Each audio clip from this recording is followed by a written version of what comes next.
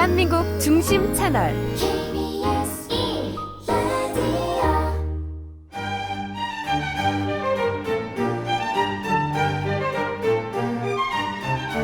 청취자 여러분, 2022년에도 건강하시고 행복하세요.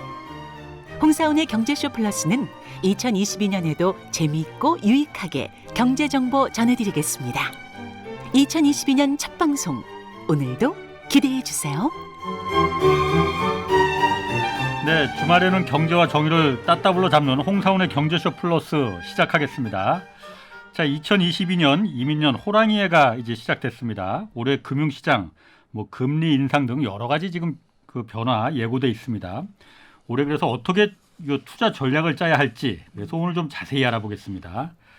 자, 이 표현이 마음에 드실지 모르겠습니다. 한국의 워렌 버핏, 강방천 에셋플러스 자산운용 회장 나오셨습니다. 안녕하세요. 네, 반갑습니다. 한국의 워렌 버핏 마음에 드십니까? 쑥스러우신가 보네. 쑥스럽죠. 네, 사실 별로 마음에 안 들어 하시는 것 같은데. 아니에요. 저한테 너무 이제 높이 해서 쑥스럽죠. 그럴만 하십니다. 예. 그리고 또 이분도 나오셨습니다. 오늘 호랑이를 맞아서 호랑이 같은 질문 쏟아내 주실 네. 오윤혜 씨. 네. 안녕하세요. 네, 반갑습니다. 여러분, 새해에도 저는 찾아왔습니다. 아기 호랑이처럼 아기 호랑이 좋다. 귀엽게 여러분들의 궁금증을 제가 함께 풀어드리도록 하겠습니다.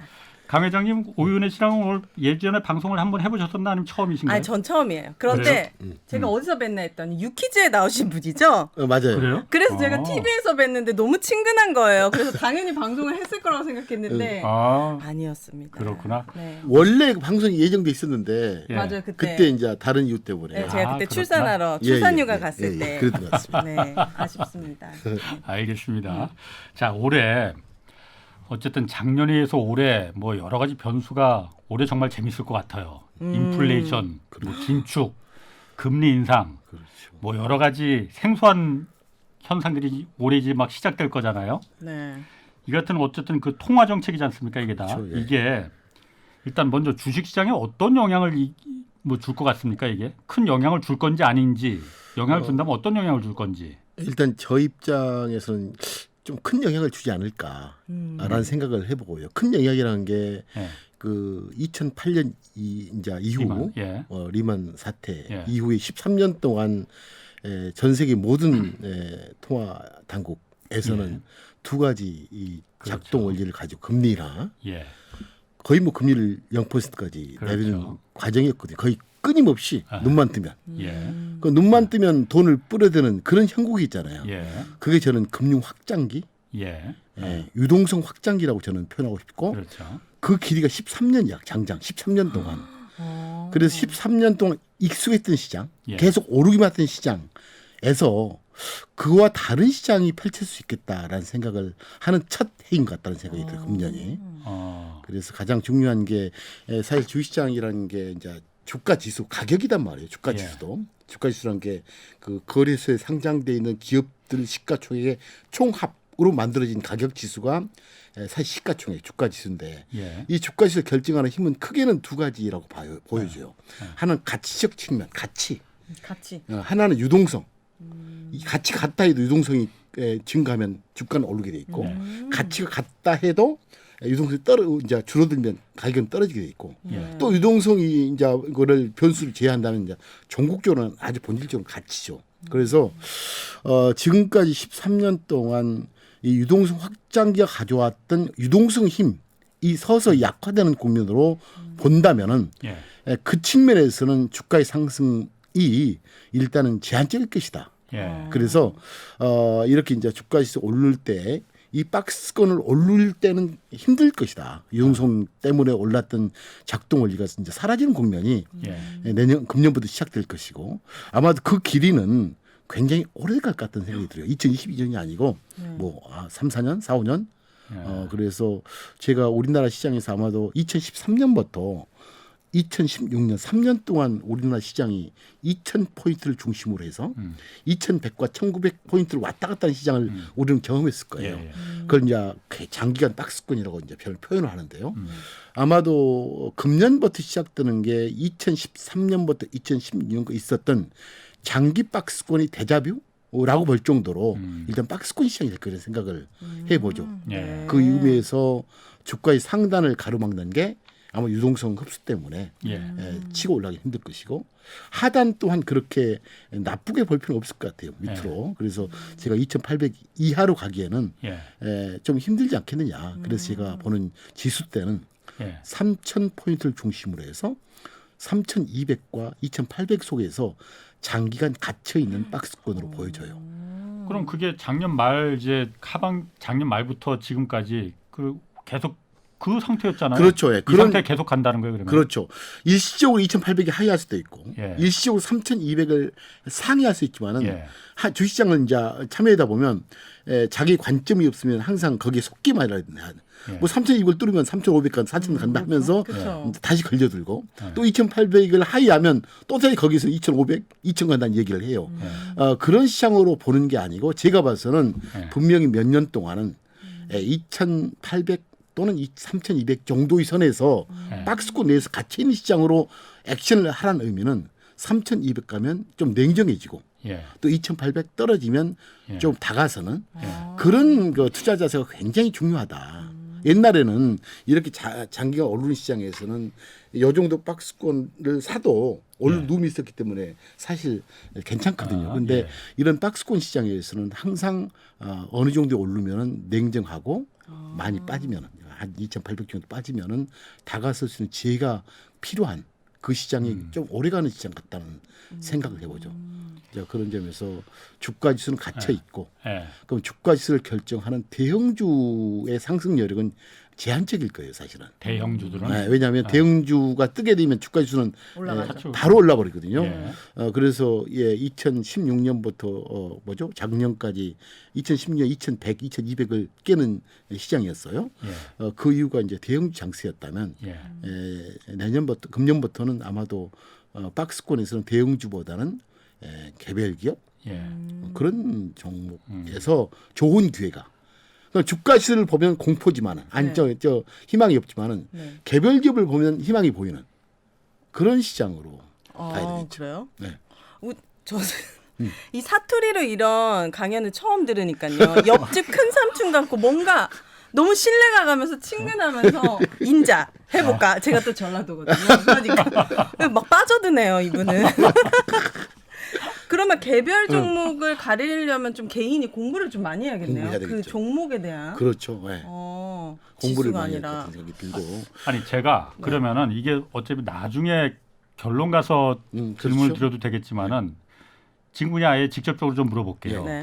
어쨌든 주식시장에서 지금 주식 투자하는 분들이 강 회장님처럼 강 회장님은 전문가 아닙니까? 그렇죠. 강 회장님처럼 전문가도 있지만은 우리 오윤혜 씨처럼 주식 초보자들도 대부분이란 말이에요. 일단 전문가 입장에서 강 회장님 같은 경우에는 그럼 올해 아까 박스권에서 빠져나오기 힘들다 하셨는데 주식에 그러면은 그 투자하는 그 분량이나 그 의향을 어떻게 하실 생각이십니까? 일단 뭐 어떤 시장이든 간에 저는 성공 투자의 대원칙은 4가지다. 일단 좋은 것과 함께하라. 좋은 것. 좋은 것, 가치 있는 것. 인기 있는 게 아니고 세상은 많은 사람들이 인기와 좋은 것을 좀 구분을 못해요. 인기 있는 게 좋은 것으로 보는 경향이 있잖아요. 사실 여기 이 경제쇼 얼마나 좋은 프로입니까? 인기도 또 인기도 많은데. 있지만은 근데 인기가 1등은 아니잖아요. 그쵸, 1등이 어쨌든 1등 맞는데 좋은 것으로는 1등으로 보는데 좀 달라요 세상은. 그래서 일단 좋은 것과 함께하라. 인기 있는 게 아니고 두 번째는 이왕이면 쌀 때 사라. 세 번째는 분산하라. 나눠서 여러 골고루 그리고 오래 함께 성공투자의 4대 원칙으로 보여져요. 그거는 이제 그 상승기에도 이런 박스권에서도 필요한 투자자의 자세인데 금년부터는 더더욱 그런 오르면 뭐 3,200 가면 흥분해서 다시 사는 게 아니고 이왕이면 기다리는 자세 또 분산하는 자세. 이 분산은 2가지예요. 종목 수와 펀드의 분산뿐만 아니고 시기적 분산. 시기? 정립식이죠. 정립식. 뭐 매월 또는 매월 또는 매 분기마다 꾸준히 돈을 넣는 지혜가 필요한 시장 같아요. 그럼 어쨌든 강 회장님은 그런 식으로 해서 지금 박스권에 계속 있다 하더라도 올해 그 부분에 대해서 주식 투자를 갖다 그렇게 줄이거나 투자의 분량을 줄이고 포트폴리오에서 이렇게 빼거나 이럴 생각은 없으시다. 그렇죠. 예. 자신 있으시니까. 그럼요. 그리고 오히려 박스권일 때 사실 이 지수가 오르게 되면 대형주 시장이 되기 때문에 예. 일반 투자자는 오히려 더 못 먹을 확률이 커요. 특히 이제 패시브 펀드는 예. 오를 때는 좋은데 이런 박스권에서는 액티브 펀드의 수익률이 훨씬 좋아요. 그러니까 2013년부터 2010년 역사를 보게 되면 한국도 예. 액티브 전성기 시대. 예. 가를 보게 되면 그때 박스권에서 많이 보여져요. 아. 왜냐하면 개별 종목 위주로 펀드를 운용이 되니까. 예. 그래서 이제 금년부터는 오히려 그 좋은 펀드 예. 또는 그 좋은 그 주식을 보는 눈을 가지고 있는 친구들이 훨씬 더 수익이 좋은. 패시브랑 액티브 펀드는 뭐예요? 그러니까 이거 듣는 분 중에서 그거 구별 아세요? 못하는 분 저는 서당계 3년이라서 그렇죠. 좀 진짜요? 풍어를 읊어. 맞아요. 패시브. 패시브는 이제 펀드 매니저가 종목을 고르는 게 아니고 네. 주가 지수. 주가 지수를 추종하는 펀드예요. ETF 같은 거요? ETF도 두 가지가 있죠. 패시브 ETF가 있고 아. 액티브 ETF가 있는데 네. 패시브 ETF 또한 그들이 추종하는 주가 지수를 추종하는 ETF죠. 그걸 패시브라고 하거든요. 네. 그래서 패시브 펀드의 존재 이유는 주가가 뜰 것 같으면 지수가 뜰 것 같으면 무조건 패시브 하면 돼요. 예. 근데 주가 지수 막혀 있을 것이다 하면 패시브는 먹을 게 없는 거죠. 그렇구나. 지수를 사는 거니까. 네.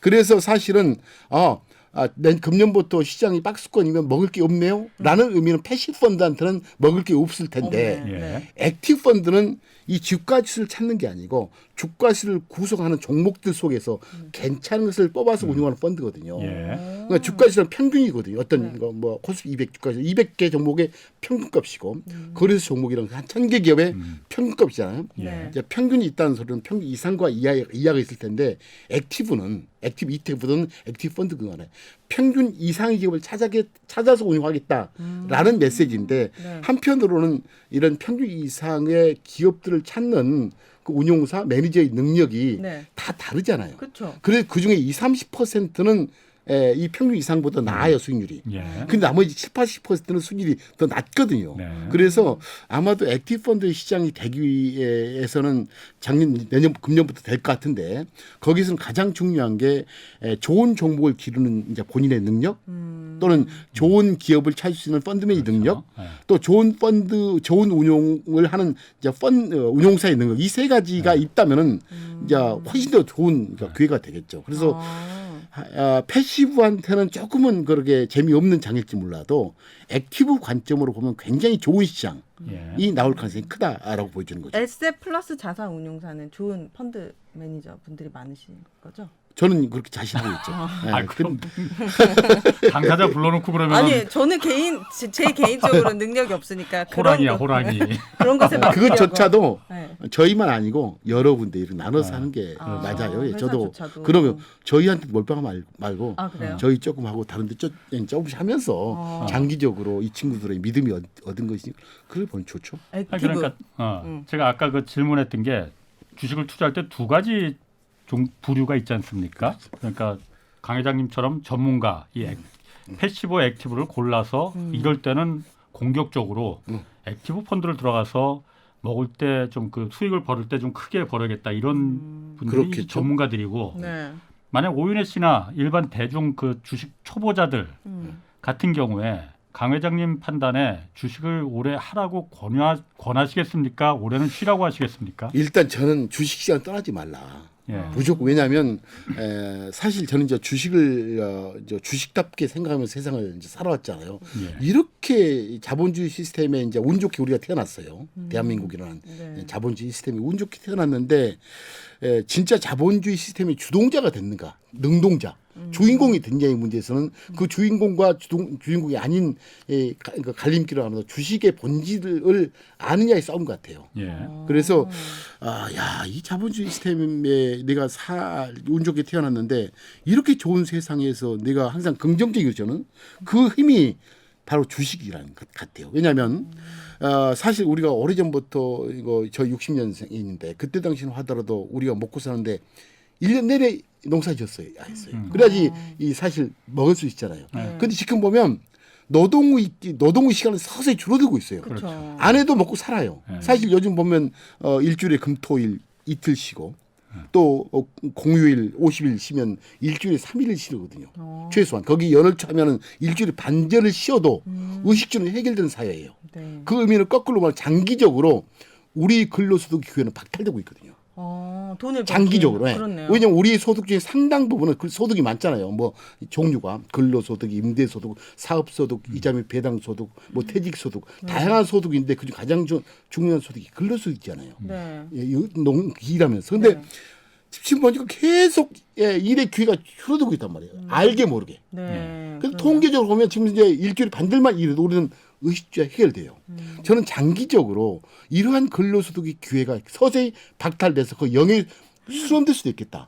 그 의미는 누군가가 나의 몫은 줄어들고 나머지 그 몫을 가져가는 게 있거든요. 그럼 그게 결국 기업의 어떤 특정 기업이 가져갈 거예요. 뭐 생산성을 올려주는 로봇 회사라든가 그렇잖아요. 사무자동회라든가 플랫폼 기업이라든가 그들 기업이 목으로 전환되고 있어요. 네. 난 그래서 앞으로 당당히 세상을 살기 위해서는 당당히 자본 시스템의 주인공이 되기 위해서는 능동자가 되기 위해서는 이렇게 줄어드는 나의 근로소득을 누군가 가져갈 텐데 그 가져가는 사람의 주주가 돼버려라.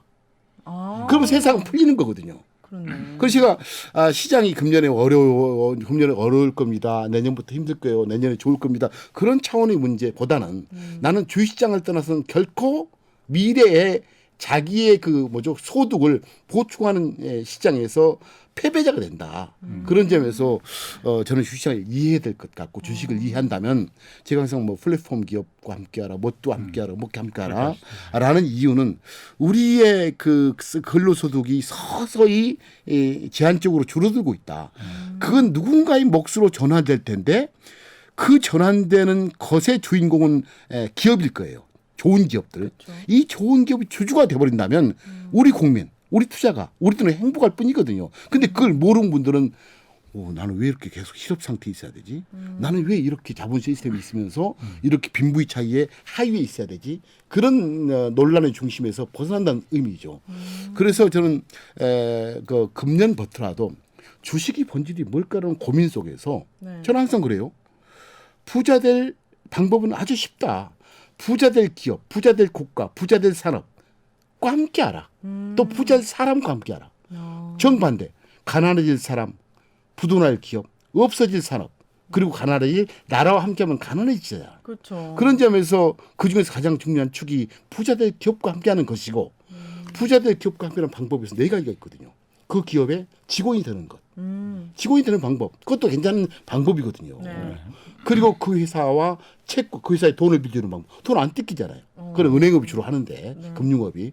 세 번째는 그 회사에 납품하는 매매 거래 당사자가 되는 것. 근데 이 세 가지 방법 다 어려운 방법이에요. 채권자 되는 위치도 그렇죠. 어렵죠. 돈 있어야지 돈을 빌려주죠. 네. 그리고 직원 되는 방법 뭐 영어를 좀 할 줄 알아야 되고 뭐 그 시험 성적 좋아야지 입사되지 않겠습니까? 네, 안 되죠. 네. 애플 직원 힘들잖아요. 힘들죠. 자, 근데 나머지 뭐 애플 주주. 애플 주주는 너무 쉬워. 면접도 안 걸죠. 그렇죠. 그냥 사면 되는 거예요. 그래서 계좌만 나는 있으면, 네. 계좌만 있으면. 그래서 저는 주식의 본질을 안다는 것은 자본주의 시스템의 능동자가 되는 길이다. 그래서 내년에 이제 시장 국면에서 얼마나 포트폴리오를 조종할지, 어떤 산업에서 위대한 기업이 탄생할지는 이제 저희 전문가 영역 또는 끼가 있다면 일반 투자도 요즘 잘해요. 유튜브라는 게 나는 대단한 세상이다 이게. 네. 매니저조차도 공부하지 않으면 그냥 도태되죠. 도태돼 버려요. 뭐 요즘 가수도 경연대회에서 보면 엄청난 가수들 나오잖아요. 가수예요. 네. 그러니까 그런 것처럼 사실 저는 금년부터 호랑이처럼 그 주식을 주식답게 인식하자. 그러니까 돈 조금 벌고 돈을 떠나고 유가증권을 보지 말고 위대한 기업이 주주가 되는 증서, 동반자 티켓 이런 개념을 정립하는 기회라면 나는 그 사람이 가장 최고의 주인공이라는 이제 생각을 해보는 거죠. 개인의 입장에서는 정말 한 책을 읽은 것 같은 기분이긴 한데. 강 회장님 네. 지금 얘기를 좀 정리해 보면은 어쨌든 사회가 지금 가면 갈수록 경제활동의 그 부가가치를 내가 열심히 일해서 노동에 통한 그 부가가치는 자꾸 줄어드는데 그렇죠. 그 부가가치가 제로가 되는 건 아니니까 내가 줄어드는 만큼 누군가가 플러스가 되는 건데 그렇죠. 예. 어쨌든 자본이 기업이 그걸 부가가치를 다 흡수하더라. 예. 그러면은 내가 그걸 노동소득이 줄어드는 그 부가가치를 뺏기는 그걸 좀 만회할 수 있는 그 그렇죠. 방법은 네. 내가 뺏긴 부가가치를 갖고 가는 그 기업을 찾아서 그 기업의 주주가 주주가 되는 되는 거다. 네. 주주가 되라는 거죠. 뭐 일리 있습니다. 일리 있습니다. 그러면은 네. 그 내 부가가치를 이게 뭔가 자꾸 네. 뺏기고 뺏는 뭔가 싸움을 붙이는 그런 것 같아서 좀 그렇긴 한데 내 부가가치를 이 경제 활동에 부가가치를 뺏어가는 그 기업을 어떻게 찾느냐. 흔히 그 강 회장님 항상 말씀하시는 게 위대한 기업을 찾아라, 좋은 기업을 찾아라 얘기하시잖아요. 그렇죠. 예. 그걸 어떻게 찾느냐 이거죠. 예. 그러니까. 내 부가가치를 누가 뺏어가는지 그게 눈에 보이는 건 아니잖아요. 시가총액 이런 걸로 찾는 거예요? 그런 이제 평가의 방법 갖고요. 시가총액 아주 중요한 거예요. 그건 절대 주가를 보지 말고 항상 시가총액을 보라고 얘기하거든요. 어쨌든 이제 그 우리 홍 기자님 질문 진짜 좋은데 과거에 보면 항상 그 가치는 이동해요. 가치는 늘 바뀝니다. 예. 우리가 그렇죠. 지금 과거에 당연히 바뀝니다. 그렇죠.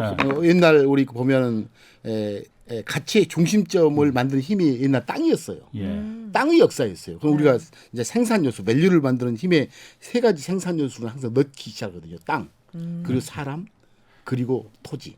아니 토지가 이제 그 자본재 그러니까 뭐죠? 이 세 가지 생산 요소를 이제 3대 생산 요소로 얘기했는데 역사적으로 보게 되면 처음에는 땅의 역사였어요. 그래서 식민지 전쟁이 있었고 뭐 세계 대전이 있었고 그 다음에는 화폐 자본. 이 돈, 우리 돈. 그 역사가 있을 때 사실 금리가 존재하잖아요. 금리. 예. 요즘 금리가 0%인 이유는 화폐 자본이 무력화되는 역사 같아요. 그러니까 1950년 이후부터 최근까지 2008년 이전까지 이게 나오기 전까지는 누가 화폐 자본, 양질의 화폐 자본, 낮은 금리로 많은 돈을 획득할 수 있는 전쟁에서 삼성전자도 승리했고 포스코도 그 돈 가지고 와서 사실 이런 엄청난 회사를 만들었잖아요. 근데 지금부터는 화폐 자본의 역사가 아니고 지적 자본의 역사 같아요. 지적 자본, 머리끼. 끼의 맞습니다. 역사. 그래서 과거에는 땅이라는 생산 요소가 주요 생산 요소였다면 그 다음에는 화폐 자본의 역사로 바뀌었고 제조 시대, 제조. 왜냐하면 여기 돈이 있어야지 공장을 만들고 했잖아요. 기계를 사오고. 2008년 이후부터는 돈이 아닌 지적 자본의 역사로 바뀌고 있고 그것이 행진이 시작됐다. 행진이 시작된 지 13년째다 지금 2008년 이후에 아마도 이 길은 굉장히 오랜 세월을 갈 것이라는 전제 속에서 이제 저는 지적 자본이 어떻게 이제 형성되는 속에서 지금은 플랫폼 기업이 이것을 우리 몫을 다 가져가 버린 것 같다는 생각이 들고요. 결국은 전국적에서는 이제 정치가 해결할 문제겠죠. 요즘 한국에서 뭐 여러 가지 열띤 토론이 있는 뭐 기저소득 이런 뭐 있죠, 뭐 등등. 기본소득. 뭐 등등해서 기저소득. 등등 있는데 이제 그래서 이제 지적 자본의 세상으로 벌써 가고 있고 나머지 부분에서는 각 때마다 이제 위대한 기업이 탄생되는 환경적 변수가 있거든요. 이제 제가 보는 것은 6가지로 이제 봐요. 그 속에서 위대한 기업이 여전히 존재할 것이다. 이제 하나는 이제 반도체 산업에서의 주동자. 패권이 이제 엄청 전쟁이 일어나는 것 같아요. 누가 대건자 반도체 1등인가? 많은 사람들이 삼성전자 아니에요? 1등이? 거기에서 많은 의심을 하고 있는 거죠. 저는 의심을 하고 있고 다른 분들은 의심을 안 할 수도 있는데 저는 하여튼 반도체 패권. 두 번째는 이제 배터리 전쟁이겠죠. 배터리? 배터리. 이 배터리. 배터리. 친근하잖아요. 배터리. 배터리 전쟁. 전쟁. 그리고 세 번째는 인공지능이라고 보여죠. 뭐 네 번째 에너지, 신에너지, 뭐 재생에너지, 수소에너지 등등. 그 다음에는 이제 가상세계 전쟁, 메타버스라고 얘기하죠. 그 다음에 생명공학 전쟁. 아마도 이런 6가지 축에서 엄청난 싸움이 벌어질 것이고 아마도 이 속에서 주동 기업의 주주가 된다면 이제 저는 행복하지 않겠느냐라는 생각을 해보는 과정에서 이제 반도체를 두고서도 이제 많은 이제 생각들이 오가겠죠. 내가 이제 첫 번째 세상에 인텔 반도체가 왜 그렇게 잘 나가다가 지금은 이렇게 됐지?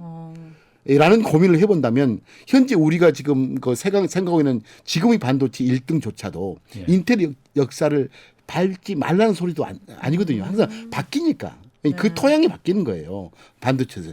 또 배터리 시장에서도 마찬가지 태관절 그 3원계 방식이 맞는 것인지. 배터리라고 좀 해주시죠. 배터리. 난 배터리도 좋은데. 뭐 3원계 방식이 맞는 건지 예. 또는 전고체가 맞는 것인지 또 LFP 뭐죠 배터리가 맞는 것인지 여러 가지 종류가 있어요. 종류가 예. 기술 표준을 이 대관절 뭐로 바뀌었지 또는 그것들과 배터리와 예. 수소 연료와 연료전지 싸움에서 누가 이길 것인지 예. 그리고 거기에서 그들은 싸움만 있고 거기에서 물건을 팔아서 돈을 버는 대장장이 기업 예. 소부장이 결국 1등일 것인지 이런 수많은 고민이 있을 거 아닙니까? 예, 예. 그리고 이제 인공지능 관점에서 테슬라가 진짜 인공지능 회사가 될 것인지라는 싸움이 이제 벌어질 것 같고 지금 표준을 가지고 예. 그리고 뭐 가상 세계에서는 메타버스 아마도 그런 질서 속에서 움직일 건데 제가 왜 뜬금없이 수소 에너지와 메타버스 얘기를 하냐면 어떤 산업이 존재하기 위해서는 세 가지가 존재해야 돼요. 사전적으로 세 가지. 뭐죠? 첫째는 효용이 있어야 돼요. 어떤 느낌과 효용이 있느냐 이게 싸움이죠. 효용이 없으면 소비자는 그 제품과 서비스를 안 사거든요. 예. 효용이 있어야 되겠죠. 예. 첫 번째 질문이에요. 두 번째 효용이 있어도 거기에 걸맞는 가격 수준이 비싸면 안 사요. 예. 아무리 효용이 있어도 가격이 비싸면 안 산다는 거죠. 이 가격 수준이에요. 세 번째는 인프라스트럭처예요. 인프라스트럭처. 그걸 살 수 있는 배경, 백그라운드. 예. 기프. 아마도 이 세 가지 관점에서 수소 에너지가 간헐적으로 나왔다가 어쩔 때는 사라졌다 하는데 저는 그 재생 에너지, 풍력과 탄소? 태양광. 아마도 풍력과 태양광은 재생 에너지에 얘가 엄청나게 지금 빨리 깔리고 있거든요. 저는 재생 에너지를 수소 에너지의 인프라로 보는 거죠. 왜냐하면 네, 맞습니다. 재생 이제 특성값이 간헐적 에너지이기 때문에 이제 그거 뭐죠? 저장 장치로 스폰지 시스템이라고 보는 거예요.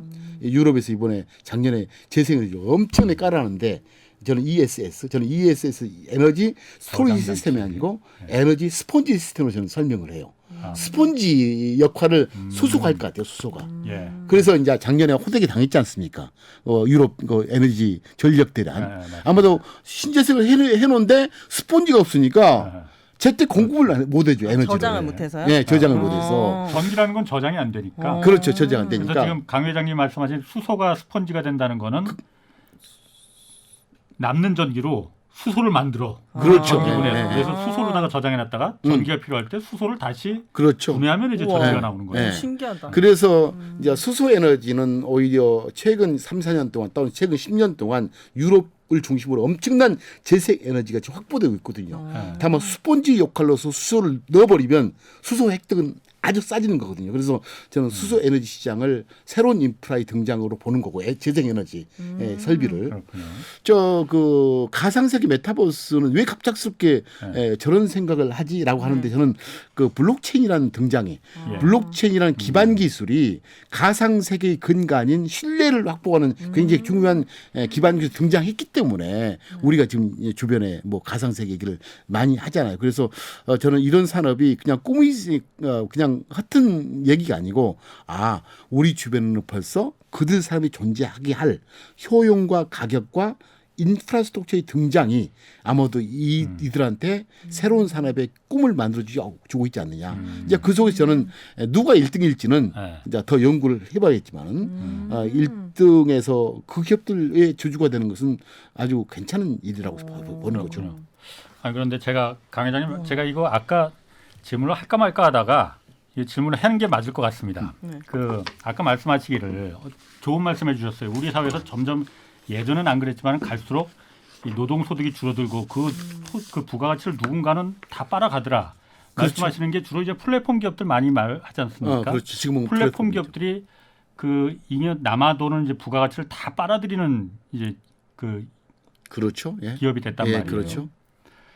그러면은 예를 들어서 내가 그 가치를 제대로 부가치를 지금 손해 보고 있으니 그럼 그 플랫폼 기업의 주식을 사서 저기서 그럼 내가 만회를 해야겠다 해서 거기다 투자를 하면은 그 플랫폼 기업들은 가뜩이나 그 부가가치를 더 사회적인 부가가치를 다 빨아들이고 있는데 내가 거기까지 투자를 하면은 더 불균형이 심화되는 거잖아요. 그렇죠.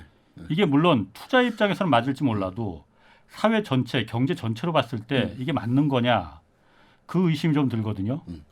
그렇죠. 원래 이제 자본주의 시스템은 이제 시장이 작동 원리를 통해서 자원이 배분되잖아요. 예. 근데 어쨌든 자본주의 시스템은 오래전부터 어쨌든 미국과 다른 나라 빈부의 격차는 국가마다 엄청난 확대를 해왔고 예. 또 그것조차도 항상 인정돼. 벌써 미국 잘 살겠네. 왜 잘 살지? 자본 시스템이 잘 돌아가니까 작동되니까.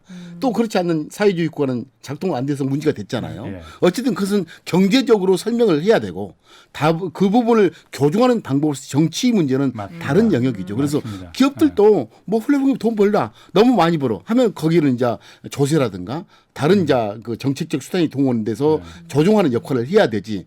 결국은 최근에 이제 중국이 플랫폼 규제를 많이 함으로써 얻을 수 있는 것은 중국은 오히려 아주 잘 나가던 플랫폼이 사라짐으로써 사실 기회비용이 굉장히 크잖아요. 그 틈을 누군가는 하게 돼 있거든요. 맞습니다. 그래서 제가 봐서는 시장 지적 자본 그러니까 화폐 자본이 있을 때는 금리가 존재해요. 금리가 존재했는데 지금 화폐 자본의 의미가 없어지니까 금리가 0% 1% 해도 그 금리를 내려도 투자를 작동시키지 못하잖아요. 투자가 안 돼 지금 현재. 예. 그 투자 작동 안 되니까 옛날에는 화폐 자본의 역사가 있을 때는 금리를 통해서 투자를 작동시켜서 경제 성장을 옮기고 그다음에 자산 가치가 올라가는 이런 구조적 채널을 가지고 있었는데 지금 최근 10년 동안 금리를 내려봤자 전통적 경제학자들은 금리 내리면 투자가 작동돼서 투자 때문에 성장률이 올라갈 것이고 그렇게 되면 그다음에는 모든 소득이 늘 것이라는 전제 속에서 집행하는데 전혀 의미가 없잖아요. 나는 그래서 그렇게 되지 않는 이유는 예. 화폐 자본의 역사는 끝났다. 생산 요소로서의 밸류업 그러니까 뭐죠 부가가치가 약해진 것을 잘못 판단한 것 같아요. 그래서 저는 앞으로도 경제가 다시 하강해도 화폐로서 작동을 시키는 것은 나는 의미가 없다. 이건 벌써 끝난 게임을 가지고 사람들은 고장난 장치를 가지고 지금 그 문제를 갖고 있다고 저도 생각하고. 동의합니다. 다만 이제 지적 자본의 시대의 가장 중요한 구동책은 저는 규제 완화라고 봐요. 뭐요? 예. 규제 완화.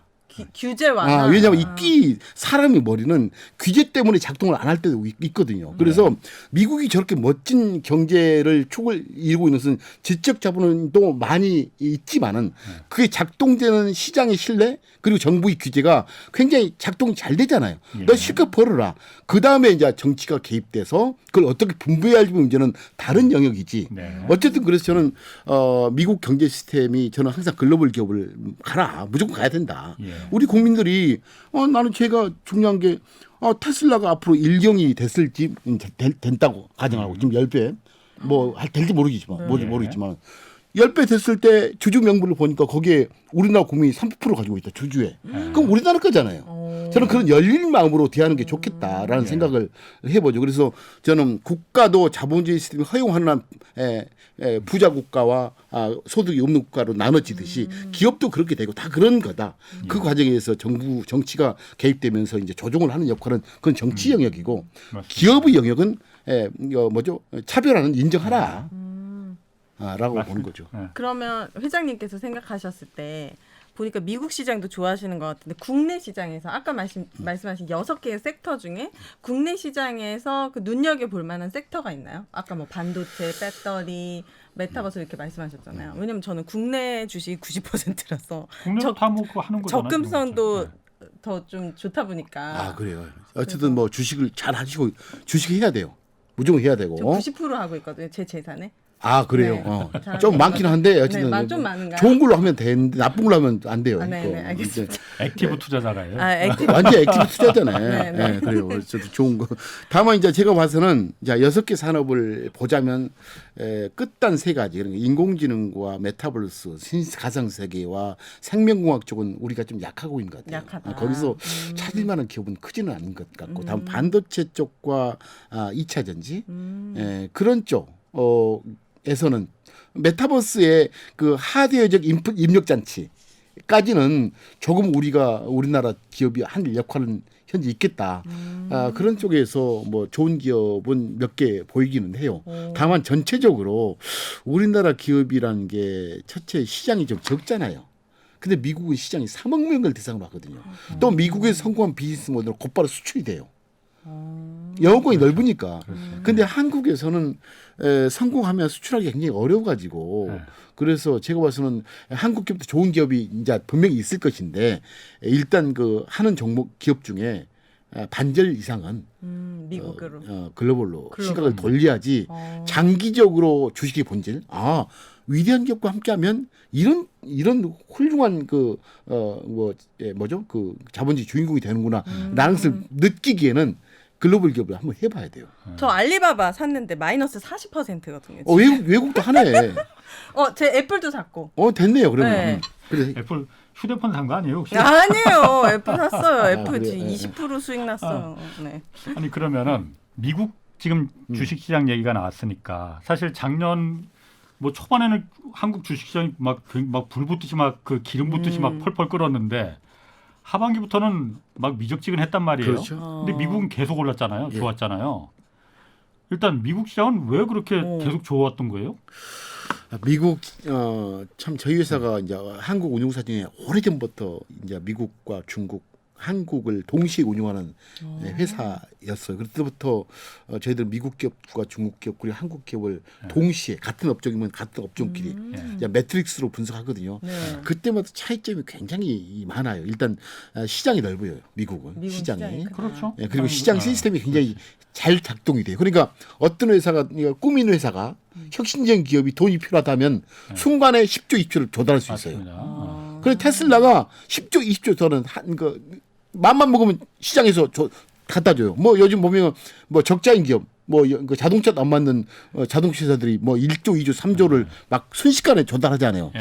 시장 시스템이 너무 자본주의 시스템이 연결기에는 아주 좋은 시장이고 거기에 넓은 이거 뭐죠? 그 시장 그리고 자본 시장이 있고 거기에 역동적인 자기들의 메커니즘이 있는 것 같아요. 그래서 저는 이제 그러면서 동시에 거기서 만들어진 기업들의 그 GP 마진하죠. 매출액 총이익률을 보게 되면 사실 미국 기업들은 S&P 500 기업들의 평균적인 매출액 총이익, 그 매출로부터 직접적인 원가를 뺀 이 마진이거든요. 순위 말씀하시는 거? 순이익은 이제 그 다음에 다른 비용을 빼고 하는 건데 매출을 만들기 위해서 직접적으로 투입되는 원가를 뺀 마진이 GP 마진, 매출액 총이익률 그게 거의 50%예요. 많은 거죠. 엄청 많은 거죠. 한국 기업들이 보통 19%, 20%. 이 의미는 뭐냐면 이 기업들은 장기적으로 엄청난 그다음에 이제 50% 번 돈 가지고 그 마케팅 비용도 쓰고 이제 R&D 비용도 쓰고 하면서 시장을 이제 확고하게 만드는 이제 투자를 하죠.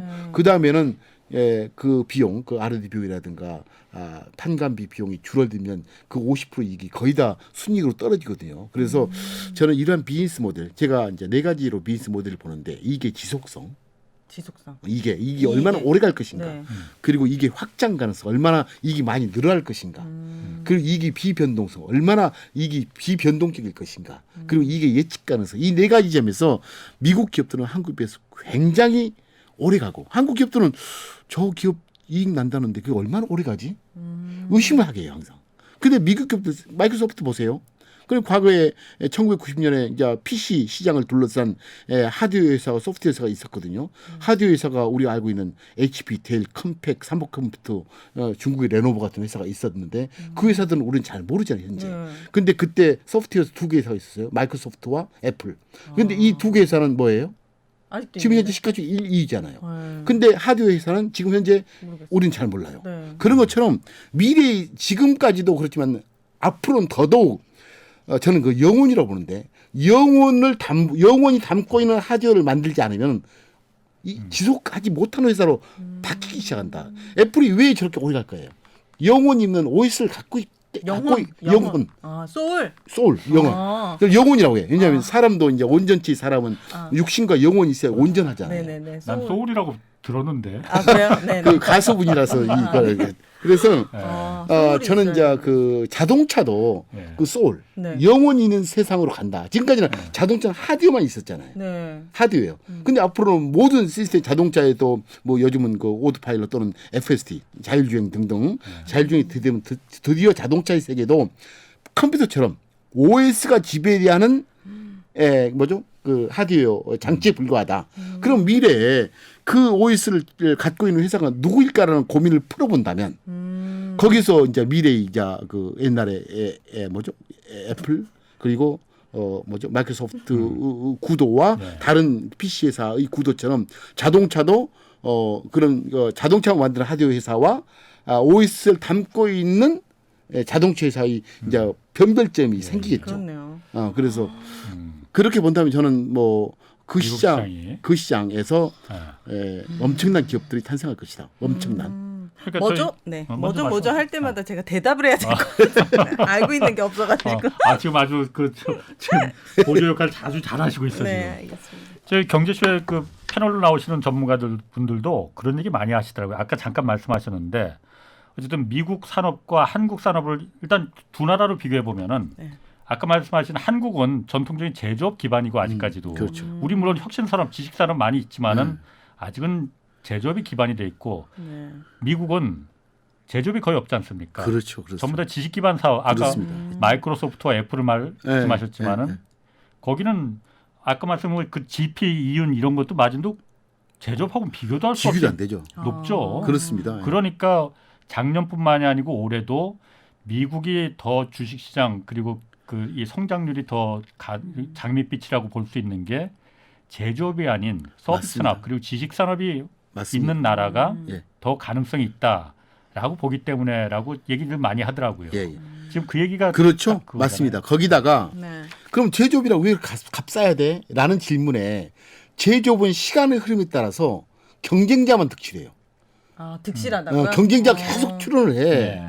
계속 싸움만 있어요. 네. 그 경쟁자를 물리치해서 번 돈의 상당 부분을 다시 재투자해야 돼요. 그렇죠. 악순환이에요. 그러니까. 그러니까 주주들은 그걸 싫어해요. 예. 미국 자본, 미국 투자가들은 뻔히 알 거 아닙니까? 미국 기업들을 보고 또 아시아 중국 기업들을 보게 되면 제조업 기반의 야 저희들 돈 벌어서 뭐 하지? 결국은 다시 투자할 텐데 진정한 주주 이익이라 아니라고 보는 거죠. 네.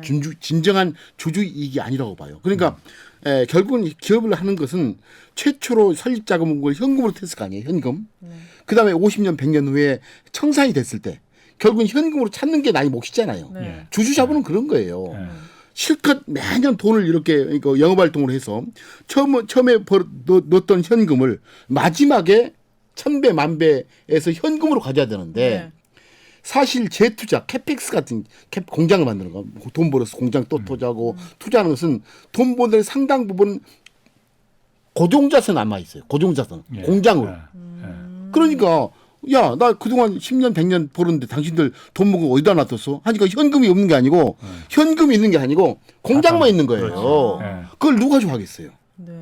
그런 것처럼 더 주주들은 내가 어떤 돈을 원할까라는 고민에서 미국 기업들은 시간이 가면 갈수록 번 돈이 예. 쉽게 안 꺼지고 예. 시간이 가면 갈수록 그 기업들은 플랫폼화돼서 더 건강해지면서 돈도 현금으로 쌓아놔요. 예. 근데 중국이나 한국 제조기반 산업은 예. 가면 갈수록 치열한 경쟁만 있고 예. 경쟁에서 뒤처지지 않기 위해서 맨 번 돈의 50 내지 60%를 다시 투자를 해야 돼요. 예. 그 투자의 의미는 현금으로 만든 게 아니고 이익을 공장 고정자산으로 남겨놓는다는 소리죠. 그래서 주주들은 여기에 큰 밸류, 우리는 그 밸류를 PER, PER 이제 프라이스 어닝 레이쇼 또는 저는 프리미엄 어닝 레이쇼라고 그래요. 이게 퀄리티, 이게 프리미엄. 그래서 이게 프리미엄을 줄 때 서비스업은 시간의 경과 속에서 경쟁자가 서서히 줄어드는데 또 그리고 돈을 벌어도 현금으로 장착이 되는데 제조업은 시간의 흐름 속에서 경쟁자가 계속 득실거리는 구조 속에서 그 친구들을 없애기 위해서 현금을 계속 재투자한다는 의미죠. 그래서 이제 PER이 이제 한국 또는 중국은 낮고 이제 미국은 이제 지적자본 회사는 이제 높은 이유가 아마도 그런 여러 가지 이유 때문이고 그런 작동 원리가 미국에서는 온갖 요소 그러니까 자본시장의 요소, 노동시장의 요소, 규제 시장의 요소에서 참 대단한 나라이다. 그래서 어떤 사람도 국가도 기업도 태어나면 성장하고 성숙하고 죽게 돼 있거든요. 네. 그게 이제 조물주 섭리잖아요. 그렇죠. 태어나면 성장하고 성숙기에 죽게 돼 있는데 미국은 늘 회춘해요. 그래요? 회춘의 질서가 그거 같아. 시장 시스템이 순환 구조예요. 잘 순환돼요.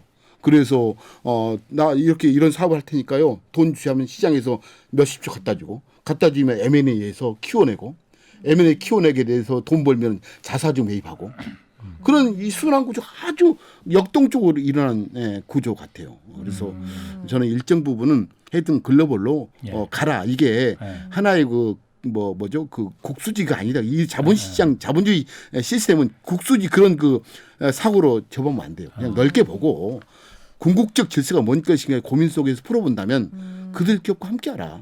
네. 네. 과거에 그 제가 들었던 또 애널리스트 분들이 말씀하셨던 것 중에 인상 깊었던 게 기업이 돈을 벌면은 오히려 이 기업의 개발 위해 재투자하는 게 주가 상승의 어떤 요인이 되기도 한다고 말씀하신 것도 기억이 났고 네. 그냥 회사가 돈을 쌓아놓기만 하면은 그거는 돈의 가치는 계속 떨어지기 때문에 이거는 기업에 좋은 게 아니다라는 말씀이 좀 기억이 났거든요. 근데 그 의견이 완전 상충하잖아요. 아니 그거하고는 또 조금 다른 예. 예. 그냥 아니 너무 막 오랫동안 이런 일이 없는데 기억이 왜 있지 내 기억이 아니요. 한 2년 하니까 기억이 그런 거랑 또 다른 겁니까? 그러니까 예를 들어 삼성전자가 네. 돈을 막 그 100을 벌었어. 네. 그런데 이걸 갖다가 어쨌든 삼성전자는 건 장치 산업이니까 반도체도 자꾸 투자를 하고 그래야만이 이 경쟁력을 유지할 수 있고 또 고용도 또 그렇죠. 계속 더 많이 네. 출할 수 있고. 네. 근데 삼성전자가 우리 투자 안 할래. 고용도 필요 없어. 그냥 우리 그냥 여기서 만족하고 내 100을 벌었으면 90은 그냥 나 돈으로 쌓아둘래. 유보시킨다고 하잖아요. 그러니까. 그래서 그 유보를 시키는 거는 어쨌든 간에 오너한테 대주주 좋은 오너들한테 유리한 거거든요. 그러면 그 기업이 사회적인 기업이라고 말할 수는 사회적인 정의하고는 좀 반대로 가는 거죠. 기업마다 다른 거고요. 그리고 삼성전자 같은 경우는 오히려 투자 안 하는 게 문제죠. 왜냐하면 투자 안 해서 벌써 죽었을 거예요. 그렇죠. 그래서 도태되지. 예. 그 산업의 질서 속에서 익숙해야 될 당연히 예. 해야 될 역할을 삼성이 그 역할을 하고 있고 예. 미국 기업들은 당연히 또 그 역할에 맞는 일을 하고 있는데 예. 이제 우리나라 산업 체계가 예. 제조 기반이다 보니까 어쩔 수 없이 예. 그게 맞는 방향이에요. 예. 다만 이제 제조 기반을 어떻게 하다 보니까 이제 이렇게 되는 거지. 운명이죠, 운명. 어떻게 보면 운명이에요. 이게 큰 일이에요, 그거. 그렇군. 받아들여야지. 모든 건 운명이네.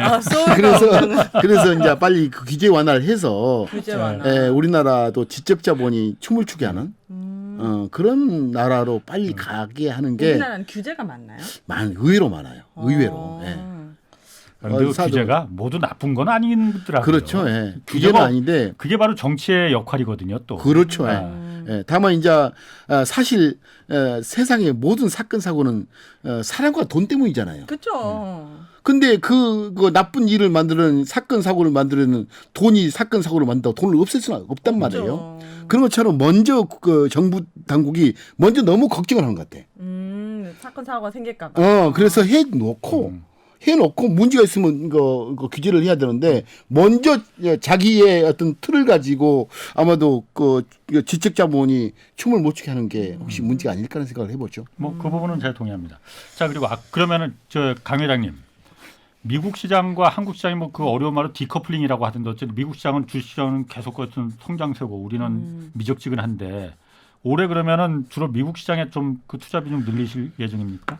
일단 기본적으로 미국 시장 같은 경우에는 네. 박스권을 또 이탈할 것 같아요. 위로. 이탈한다고요? 더 위로. 한국은 저는 미국만 좋네 계속. 그렇네. 왜 그래? 대단하다. 한국은 이제 네. 확장세 여전히 우리들이 분석하는 기업들은 네. 현재 미국에서 연간 매출액이 한 50%, 60%, 70% 늘어요. 매출이 있다는 소리는 시장에서 그 제품과 서비스가 수용되고 있다는 소리거든요.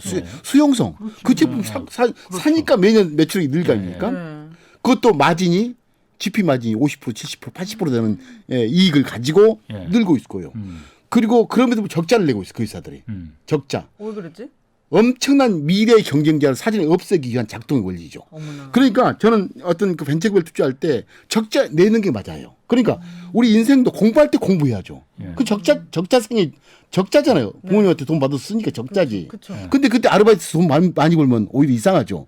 나는 항상 스테이지가 있다. 스테이지. 기업도 투자할 때 투자해야 된다. 적자해야 돼요. 그러니까 미국 기업들을 보게 되면 연간 50내 70% 매출 증가가 있고요. GP 마진 이익률이 50%인데도 불구하고 적자예요. 그 나머지 50%보다 더 많은 돈을 R&D, 마케팅으로 쓰고 있는 거예요. 그 의미는 뭐냐면 미래의 질서 속에서 원어브댐이 아닌 수많은 사람 중에 하나가 아닌 내 회사가 온리 원이 되기 위한 작동 원리거든요. 투자자들은 그걸 믿어요. 미국은. 근데 한국은 야, 너 이렇게 돈 매출 총리율이 이렇게 높은데 너 왜 이렇게 투자만 해? 나한테 돈 안 주고 나는 질책을 받아요. 근데 미국은 오히려 야 왜 돈 안 써? 야 미래 온리 원이 돼야 되지. 왜 원 오브 텐이 되려고 하느냐? 그러니까 독점화가 되는 거죠. 독점화는요 쉽게 안 돼요.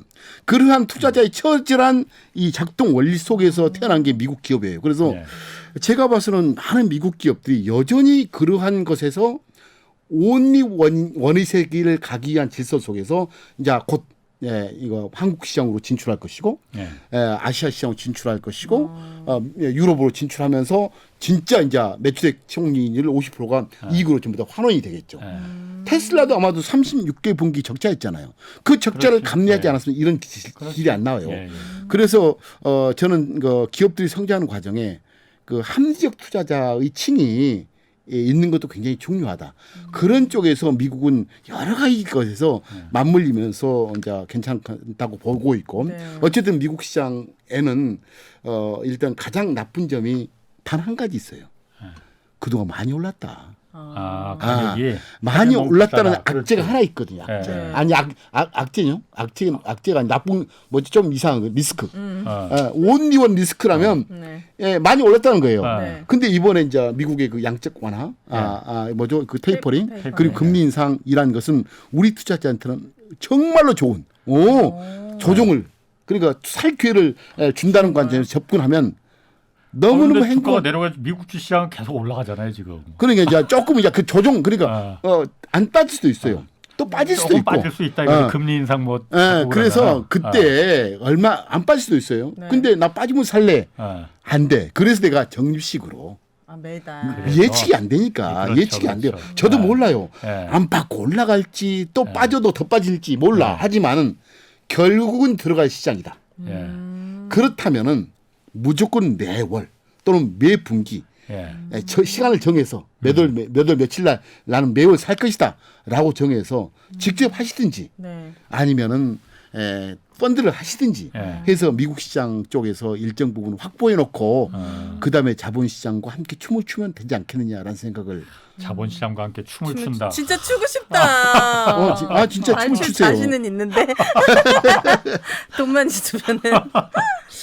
근데 뭔가 회장님의 말씀은 약간 진짜 책을 보는 것 같은 그런 느낌이에요. 뭔가 이렇게 뭐 디테일한 종목 분석 이런 게 아니라 전체적인 시장을 어떻게 이 자본주의 사회에서 우리가 살아남을 수 있을지를 알려주시는 게 너무 좋았어요. 벌써 이 애플 근데 왜 애플 프로 아니네? 네, 저 아이폰입니다. 그러네. 12 프로예요. 맞아요. 네. 제가 가장 아까운 게 내가 그 롤렉스 시계 매장에 줄 서 있는 사람 보고 요즘 뭐 시계도 없어요. 공기밖에 남은 게 없다고 매장에. 또 샤넬백 매장 보면 줄 서 있는 사람 보면서 억울한 게 그 기업들이 상장 안 됐으니까 억울하거든요. 그런 것처럼 내가 매수하자마자 내 지갑이 열리자마자 같이 잉태점이에요. 잉태점. 우리는 사실 이 주가를 막 왔다 갔다 이 주가를 보려고 그래요. 이 주가. 근데 주가는 사실은 아무도 몰라요. 이건 시장이 결정해요. 주가는 작전꾼이죠. 그쵸. 작전 세력은 주가를 알 수 있어요. 그 애들 틀 수 있지만은 이 주가는 우리는 알 수 없다. 이 주가를 만드는 게 가치고 가치를 만드는 게 이익이고 이익을 만드는 게 매출이고 매출을 만드는 게 우리 지갑이에요. 우리 사자마자 거기서 매출이거든요. 그쵸. 그래서 항상 좋은 기업은 저한테도 물어볼 필요 없어요. 오히려 나는 지갑을 여는 사람, 지갑을 열고 다니는 사람에 주목하죠. 요즘 뭐를 사? 요즘 뭐를 사? 다 특히 애기들이 그 지갑 여는 난 모르잖아요. 그쵸. 뭐 게임은 난 몰라요. 뭐 게임을 안 하니까. 애기라는 게 그러니까 청소년들 말씀하시는 청소년들. 네. 그리고 아줌마들 몰라요. 왜냐하면 그분들한테 지갑이 나오는데. 그렇죠. 그래서 바로 지갑의 소유자가 가치를 알 수 있는 가장 최고의 정점이 있다. 지갑을 열어서 어디다가 그 돈을 쓰느냐 그렇죠. 그걸 봐야 된다 이거죠. 그게 정말 중요해요. 그러면 기업을 펀드 사야 매니저죠. 되네, 그러면. 맞아요. 그래서 우리가 보는 이제 한 경제의 지갑은 세 가지 지갑이 있죠. 세 종류의 지갑. 하나는 개인들의 지갑, 그게 소비재예요. 하나는 기업들의 지갑, 이게 자본재죠. 정부의 지갑, 공공재예요. 근데 이제 공공재나 자본재는 잘 모르니까 이제 여러분의 지갑, 개인의 지갑에서 탄생되는 게 소비재니까 소비재 쪽에서는 저보다는 오히려 그 가수님이 네. 훨씬 더 잘할 것 같아요. 알겠습니다. 오늘 아주 그냥 구수하게 그냥 말을 술술술 잘 풀어주셔서 신년부터 너무 유익했습니다. 네. 자, 오늘 여기까지 하겠습니다. 오늘 두 분 강방천 에셋플러스 자산운용회장 그리고 오윤혜 씨 네. 두 분 고맙습니다. 주말에는 경제와 정의를 따따블로 잡는 홍사훈의 경제쇼 플러스 오늘 여기서 마치겠습니다. 고맙습니다. 감사합니다. 감사합니다.